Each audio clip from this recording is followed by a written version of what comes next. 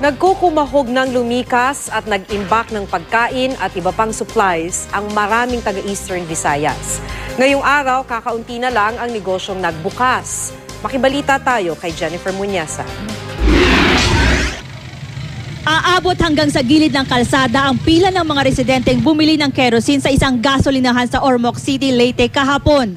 Para daw ito sa kanilang pampailaw sakaling magkaroon ng mahabang brownout tulad ng naranasan nila noong bagyong Yolanda. May mga namakyaw rin ng LPG at supply ng pagkain. Buti na lang daw at nakahabol sila sa pamimili dahil ngayong araw sarado na ang karamihan sa mga establishmento tulad na lang sa downtown area ng Tacloban. Abala na rin kasi ang mga negosyante sa paghahanda sa bagyong Ruby. Ang mga kalyeng malapit sa pantalan na kahapon ay nag-uumapaw sa mga pasaherong gustong makaalis ng Tacloban. Mistulan na ngayong ghost town.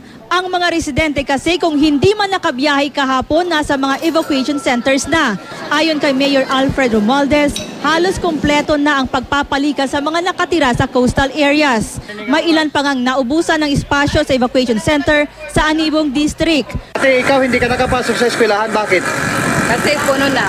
Sa evacuation center? Oo. Ilan ang anak nyo?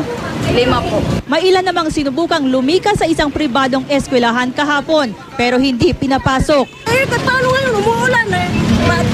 Paumpisa na yung gamit? Yung mga gamit namin. May safety na mga gamit? Safety namin.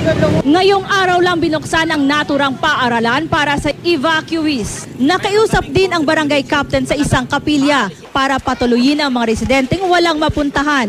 Ipinatupad na rin ang forced evacuation sa Northern Samar para sa mga nakatira sa coastal areas. Ang bayan ng Katarman ang posibleng tumbukin ng bagyo pero tinututukan din ng provincial government ang mga lugar na nasa tabing dagat. 13 munisipalidad ang nakaharap pa mismo sa Pacific Ocean kung saan manggagaling ang bagyong Ruby. 5 naman ang island town na pinangangambahang mapuruhan ng storm surge. May ilan namang piniling mag-check-in sa mga hotel sa takot na hindi kayanin ng kani-kanilang mga bahay ang bagyo.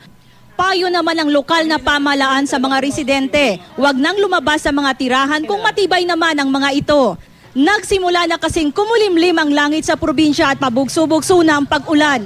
Nakataas ng red alert status sa Northern Samar. Nagsimula rin kumulimlim sa Eastern Samar kaninang umaga. Pinagbawalan ng pumalaot ang mga mangingisda. 24 oras ding nakabantay ang mga sundalo at pulis. Jennifer Muñasa, Nagbabalita, Pilipinas.